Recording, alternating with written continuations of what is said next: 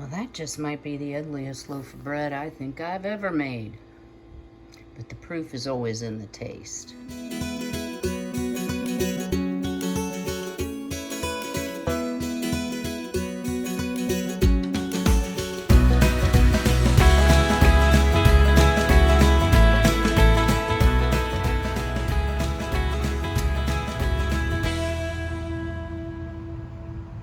Welcome back to day 2 in the kitchen, and welcome YouTube friends and family. A special welcome to all my new subscribers and a big thank you to my returning subscribers. So I hope you enjoyed part 1. I debated on what to call that video, but I thought, I'm not the only person that's prepping primarily for one. So maybe showing you some simple things that I do to use up all the food, to also use all parts of the food, might be helpful for you. So what are we going to do today? Well, you might have noticed yesterday I mentioned making bread. Yeah, I kind of let that go by. I got a little busy, but I had a great idea. I thought, now I have this lovely crock pot full of caramelized onions. Let's take advantage of that and make a bread that includes caramelized onions. So I'm going to apologize in advance, y'all. Still looks like something blew up in here. And it's probably going to the remainder of the day. So let's get started making a recipe from one of my favorite books, the Bread Lover's Bread Machine Cookbook. And this is Balsamic Caramelized Onion Bread. Stay tuned. All right, if you happen to have this cookbook, it's on page 344, 345. And the very first thing you need to do, if you don't have already pre-prepared caramelized onions, is to prepare those onions. So as I stated yesterday, you can do this in a saute pan.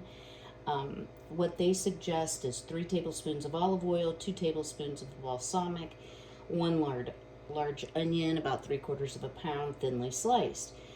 Slowly cook over low heat for 20 minutes, stirring until the onions are limp and soggy. Do not brown. Pour off excessive liquid into a measuring cup and add water to make the liquid measurement for the dough. And we'll talk about the recipe in a moment. You might have 1 to 2 tablespoons or nothing. So set the onions aside to cool to room temperature. You will have about a full cup of onions. So what I did, because I did not have balsamic in my crock pot, is I added it to my onions that are beautifully caramelized, and I might have to pour off just a little bit of that liquid. And then I poured off some into this vintage Pyrex measuring cup. Y'all look at this. This is the 1 cup mark. They certainly don't waste glass that way nowadays. But I love using it. I actually purchased this at an estate sale for pennies, which was exciting. And I got both the 1 cup and the 2 cup measure. All right, so for the dough, the first thing we're going to do, and anytime you use a bread machine, you want to add the ingredients in the order listed, but generally it's liquids on the bottom, dry on the top. So here we go. So I'm going to first add my 1 cup of onion liquid plus water, and then I'm making the 2-pound loaf. So the next step, if y'all could see my kitchen, you would die, is going to be adding 5 teaspoons of sugar, which is actually a tablespoon and 2 teaspoons. So this will bring out the sweetness of those caramelized onions. So there's a tablespoon and a couple teaspoons. And I generally will make the bigger loaf of bread. This book comes with both 1.5 and 2-pound loaf recipes, and I can always freeze what I don't use. So next we're going to add 3 1/3 cups of bread flour. So I apologize for being off screen, but y'all don't need to see me to figure this out. I've been trying to do better about linking items in the description box. My Morgan Hahn measuring cups and spoons are linked in the description box below. All right, so let's get our 3 and 1/3 cups. And I try to distribute it pretty equally across. Although once it starts mixing, it'll take care of that for you. That's 2.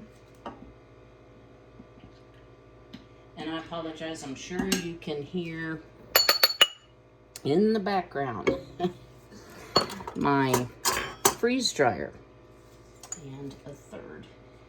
So it is now on the, it's done freezing to well below 0, and now it's extracting all of the moisture from the food. So I'm hoping it will be done a little later this morning so that I can get those eggs powdered up and jarred up, because I have another batch to do. All right. The next thing we're gonna add is 2/3 cup rye flour.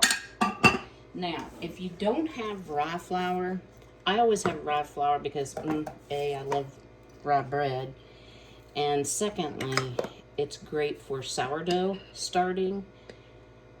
But I suppose you could use like a whole wheat, even an all-purpose. Oops, floof a little flour everywhere.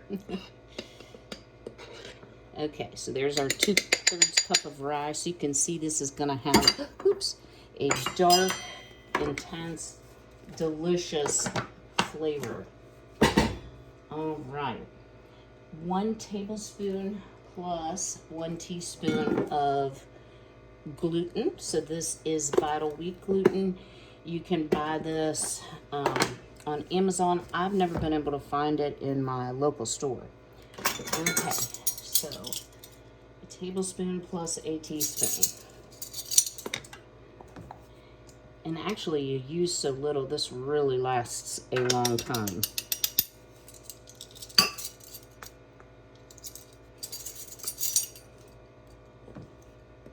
And I do make my measurements for bread fairly accurate. And some of you are going to say, that's a curved knife. I do use the flat edge to level. All right, then the next ingredient is 2 teaspoons of salt. Now, you won't find this in the directions, however, because salt can sometimes deactivate yeast, I like to put it on the edges and save the yeast for the middle. So there's 1 teaspoon and 2 teaspoons. And then our final ingredient is 2.5 teaspoons of SAF yeast. Let me grab that. I do keep my yeast in the freezer. It really does prolong the life. So right in the middle, we're going to do our 1, 2, and our half.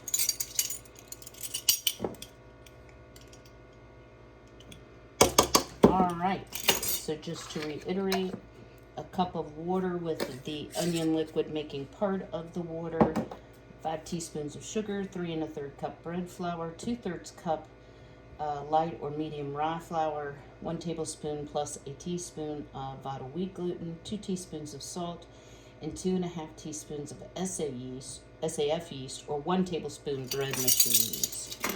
And y'all, I just use SAF yeast for everything. Wow, no wonder my cookbooks always look amazing. All right, so I'll level that off.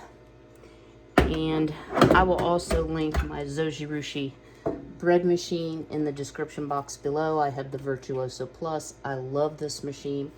So the instructions are: set crust on medium or dark and program for the basic or fruit and nut cycle.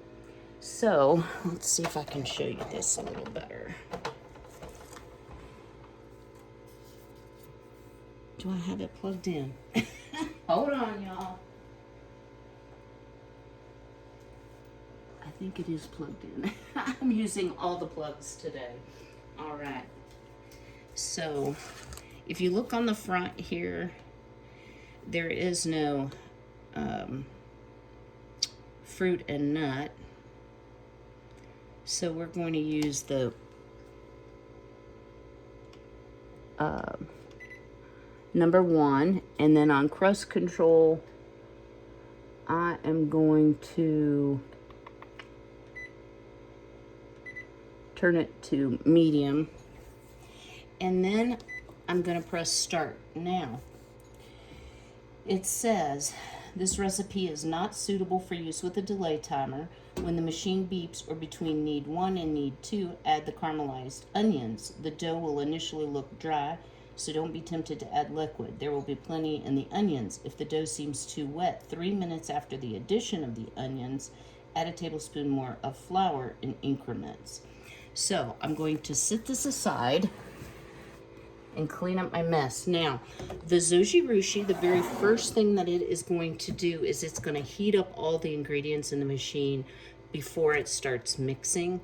And it does beep at the end of the kneading cycle so that you know to add the onions. And the more I look at this, the more I think I'm going to have to dump off some of that liquid. All right, and you do want those, it says, at room temperature. So we've got plenty of time for that. So let me clean this mess up and we're gonna get to canning. Stay tuned. I ended up cooking the caramelized onions till about, I don't know, maybe 1 o'clock this morning. So not 24 hours, but a good 18. And as you're going to see here, I got a beautiful caramelized color. What I have before me are the Kerr wide mouth 8-ounce jars or half pints. I love these. It makes it very easy to get product out of there, and it doesn't take, it's low profile, it doesn't take up as much room as a typical jelly jar. So what are we going to do here? Well, over on the stove, I have my pressure canner and just barely starting to heat it because these are warm but not hot. So what I'm going to start with is trying to, not way overload it like I just did. Primarily put in onion and not as much liquid, but I can see already that's going to be hard to do. And then go back and even up the liquid. Now, several of you ask, why was the water level on my canner so high? And I'm just going to confess to you all. The 22-quart Tefal canner I have, once you put liquid in it, is quite heavy. So if I know I'm going to be doing several canner loads, I will fill it up because you do lose through evaporation some water. So this is fairly hot still. Kind of surprised at that. So I am going to continue to fill up here. I'm probably going to have to double stack. The reason I'm doing half pints instead of pints is that is just the perfect amount for me. A whole pint is an awful lot to consume. I'm filling it to about a 1/4 inch headspace. There's not a whole lot to debubble, but I am debubbling. Carefully wiping the rims because there is butter in this. And I do have my lids soaking in some warm, not hot or boiling water. I can't get out of that habit, y'all, and I think it definitely makes a difference on seal. So I'm going to continue to fill, and I will bring you back to let you know how many jars, 10 pounds of onions minus what I took out for the bread, which was like virtually nothing. How many half pint jars this is going to make. And like I said, I've got another flat of half pints in reserve that I can wash. Well, okay, so sometimes there's operator error. Okay, that is a funky lid, ring, whatever. Maybe it's a funky jar. No. Operator error. All right, I'll bring you back shortly. So here is what the dough looks like after the first knead. So as you see, it's extremely dry and would not make a good loaf of bread as it presently stands. But as per the directions, let's go ahead and add these onions. And again, I'm gonna kind of take out some of this liquid. I just feel like I've got too much liquid because the onions themselves are pretty moist. Oops. Throw a little someplace. You almost think I'm the messiest cook on the face of the planet. Okay, here we go. So I'm going to, that's maybe a tablespoon, generous tablespoon of liquid left. I'm gonna go ahead and let this knead some more. I will check it. If it seems too dry, we will add the liquid. So in the meantime, I have 16 half pints of caramelized onions in the canner.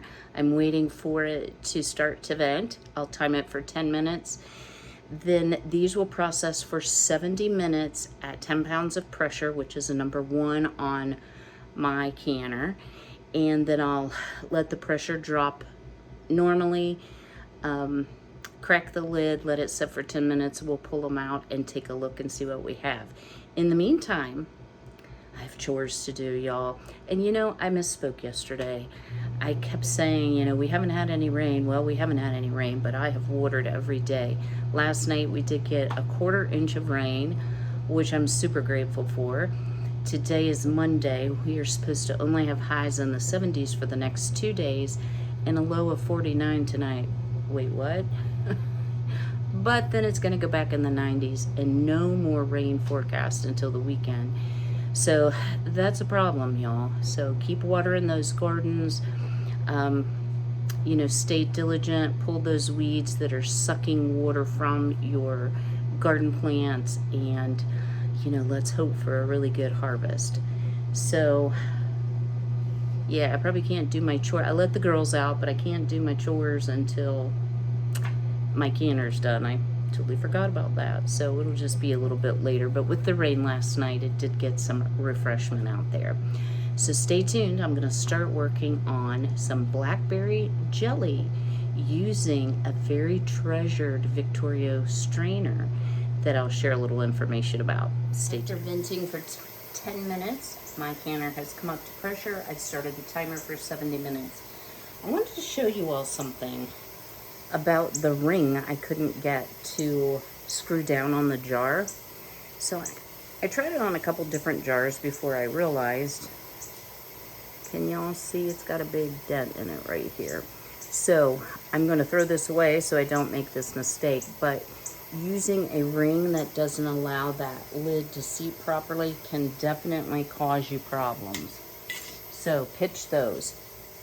All right, so what you see before me is a very treasured Victoria strainer. Now I have perused this manual. I've used this in previous videos. The difference is this no longer belongs to my neighbor, it belongs to me. So I have shared that my dear sweet neighbor is going to be moving. They had a very large garage sale and I wanted something of Larry's to remember him by. And I happened to think, did she still have her Victoria strainer? And since she's moving to a tiny house and doesn't do so much canning anymore, I wondered if it was for sale. And yes, indeed it is. So this product is made in Willoughby, Ohio. I tried to find out like just how old it is. You can tell by the, I don't know, just the print. And it says add $1.50 for handling charges, no COD, send check or money order. Obviously pre-internet. So I'm going to say this looks like maybe it's from the 60s. This is the Model 200. If you remember from one of my thrift hauls when I went to the Goodwill bins, I found various pieces and parts in hopes of building my own Victoria strainer. But now I have spare parts, right? So what I have in here, and I'm going to try to lift you up, y'all, I'm short on plug space, are some gorgeous blackberries. Now, I love the flavor of blackberry, but I despise the seeds. So, I had 2 frozen maybe pint-sized baggies. So I'm going to make some blackberry jelly. I am going, not jam, I'm going to use the Amish Canning Cookbook to do so. So what I've done first is I just dumped the berries in here because they were thawed. A lot of the juice escaped. And what I have, and you know, I will tell you, it stains everything it touches. So, let me get the washcloth ready. So I have here, and this is going to dump out. Wait for it. Let's get another cup. And now where's my other cup? Oh. My other cup has onions in it. Alright, well we're just going to deal with it.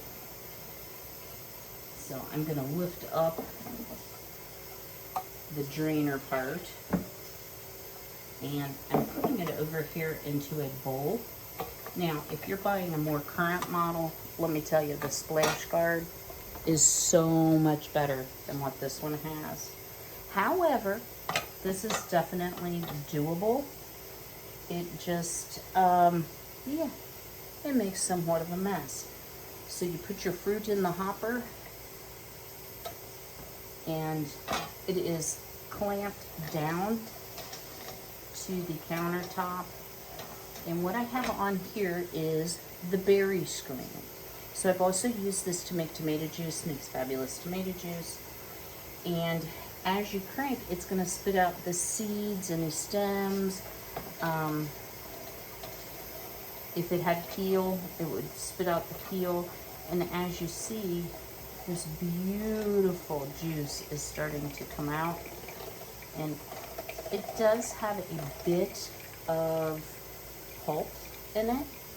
I'm not sure how much jelly this is going to make, so I'm just going to go ahead, since they were frozen and I've thawed them. And there you see it's coming out at the end, the seeds and the unusable part of the blackberry, if you're only interested in getting the juice. And it does have a pusher. One of the things I did get at the bins was, push this down a little bit better, a plastic pusher, which is nice because this wooden one has a tendency to stain. So super, super simple. Sometimes this is called a roots and branches. It's particularly good for grapes. And y'all know my dream of having a grape arbor. So since I succeeded with the chickens, although Miss Jolene should be grounded today, just saying. That girl. I can't be too mad at him. She knocked over the block, I'll say, that I had to the crack in the door, because she's smart like that. So the slower you turn, the less likely you are to have splatterage. This is even something your littles can do and enjoy. Wow, this is going to make actually, I think, enough for like a batch of jam. We shall see.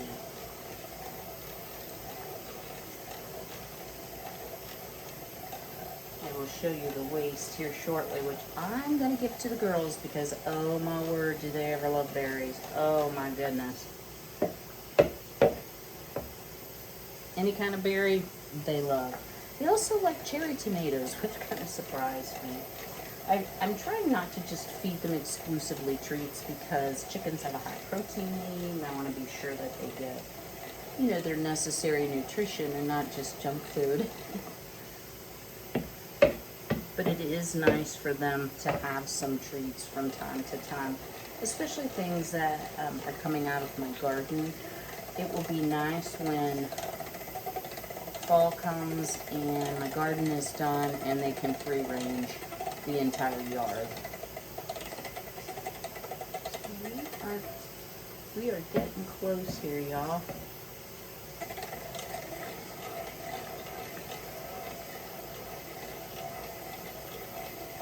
I don't know if you can tell. Bring you closer. We're about to get to a second cup here. We're over a second cup. Yeah, I still have some splashing, but believe me, I've had worse. So what I'm doing here is I'm loosening the nut that holds the pour shield so I can dump this off and then retightening it at an angle.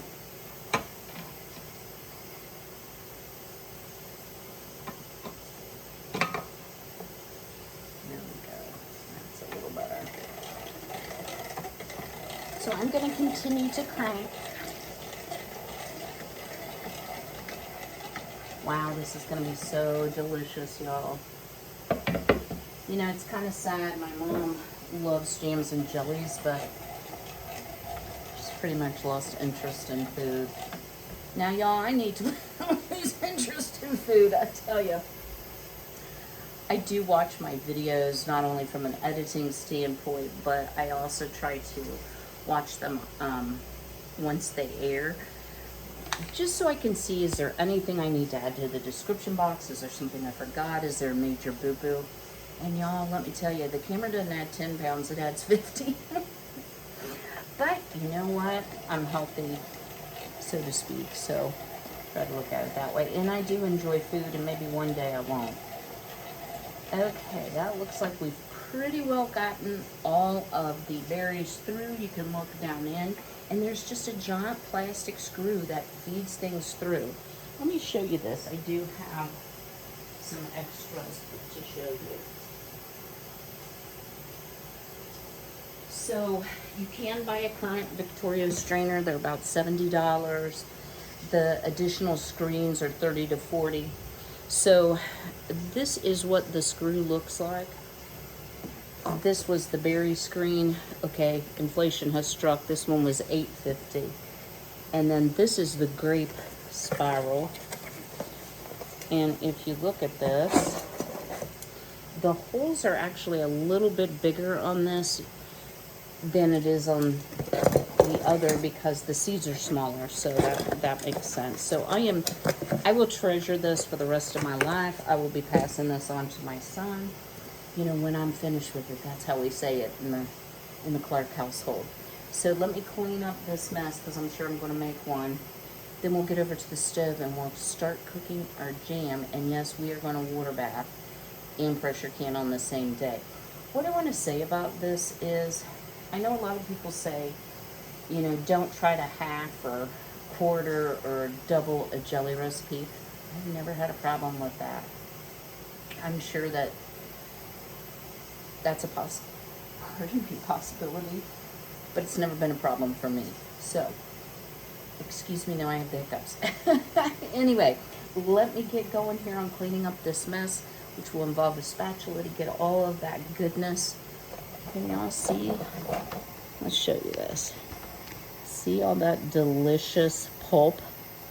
And then here we have the discards, which will go to my girls. So I've talked about using every piece and part.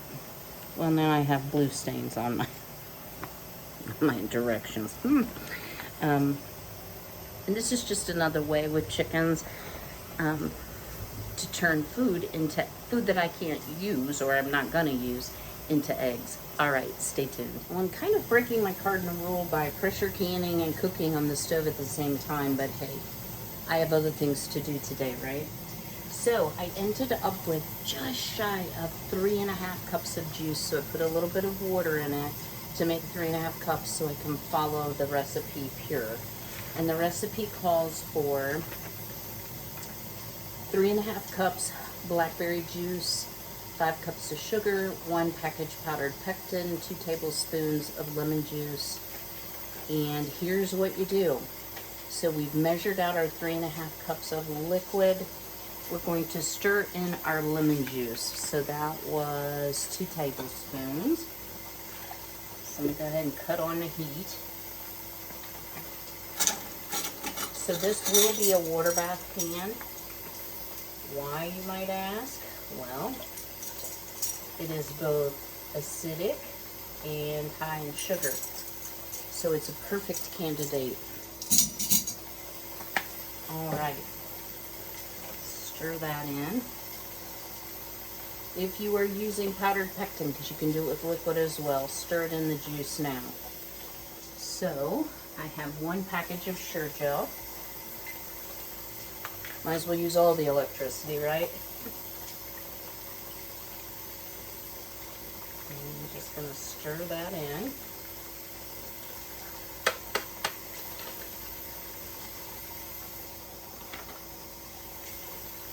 And it says in a separate bowl, measure the sugar. And again, it's 5 cups. I did a scant 5, just a little under. Although I did taste these. Ooh, are they sour? And I took the remaining that came out of the Victoria strainer to the chickens. And they were like, ooh, this is a little tiny. But they're eating it. So, all right.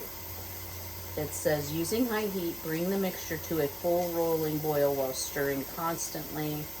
Quickly stir in the sugar and return to a full rolling boil. Boil for 2 minutes, stirring constantly. So, I'm going to be standing here stirring. Y'all don't need to watch that. I will bring you back when our Blackberry Jelly is ready. Let's see if it tells us how much we're going to get. 3 pints, so that would be 6 half pints, so I have enough jars. Alrighty, I will see you shortly. Well, we have our beautiful, beautiful jam. I've let it, or jelly, excuse me, I've let it sit for a few minutes because I do want to skim off the foam, even though it doesn't, horrifically affect the taste.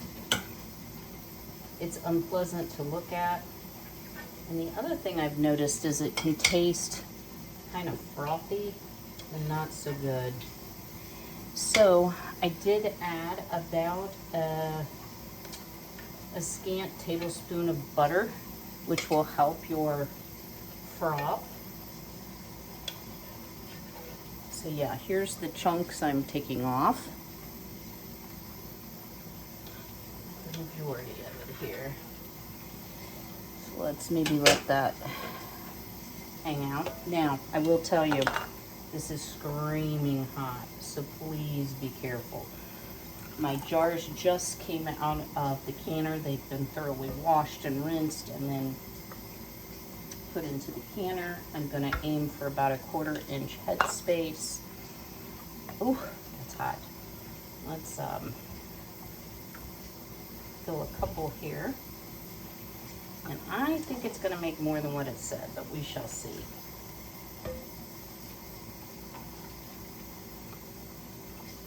All right. Now, because this is thin enough, I really don't need to debubble. You can if you want. Ouch. Hot. But you definitely want to wipe those rims super well. Lid, a ring, finger tight, and we'll continue the process. And I'll bring you back to let you know how many half pints I got and how long it processed. I ended up with 7 half pints of the Blackberry Jelly, and maybe like this much in a jar that I'm gonna save for some toast maybe this morning. I just put it directly into the refrigerator.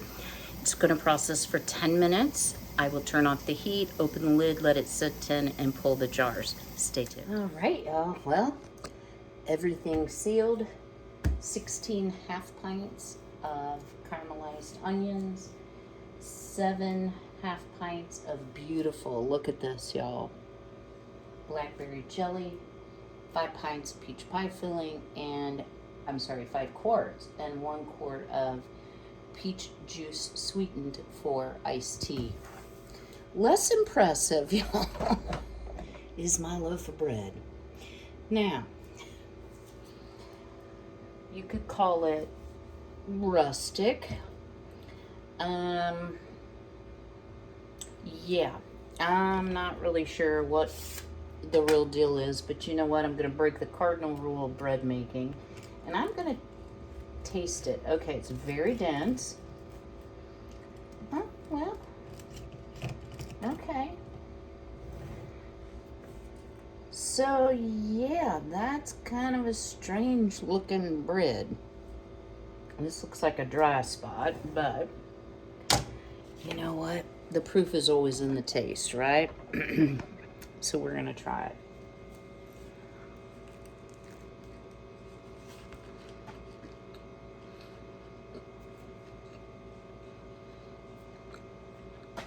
Why do I always take a big bite?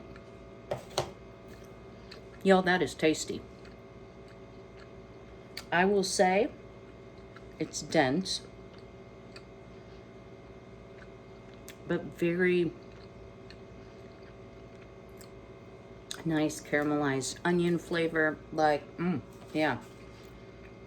Would be better if it had risen more, but not bad, not bad. I shall eat it.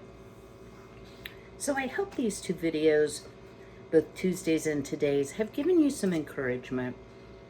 If you're feeling like there's really no point in prepping because it's just you, or you have a very small family, or watching, and this is not a criticism, other prepper channels doing bushels and bushels of produce, you don't have to do that. You can take it in very small amounts at a time. I know 16.5 pints of onions sounds like a lot, but trust me, they will get used. Some of you may be wondering, why am I pushing so hard to get a lot of things canned? So my plan, and you know how plans are, right? My plan is to finally get my crazy hand fixed this fall and winter. So y'all have seen my crooked thumb. Well, I can't bend it very far anymore. And I also have a very crooked middle finger. So these two surgeries are going to, because the middle finger is actually in the hand, it's not in the finger. And the thumb is this joint, and this joint. So I'm going to be out of commission for a little while. So having easy cook items on the shelf is going to be super helpful for me. And I've been trying to get this done since my last back surgery. But I'm really hopeful for this year. So if you haven't already, please go ahead and smash that like button. Drop me a comment below. What do you think of it? Small prepping or prepping a little at a time? I hope it was helpful for you. Until I see you again, as always, be healthy, be well, be blessed, and take care.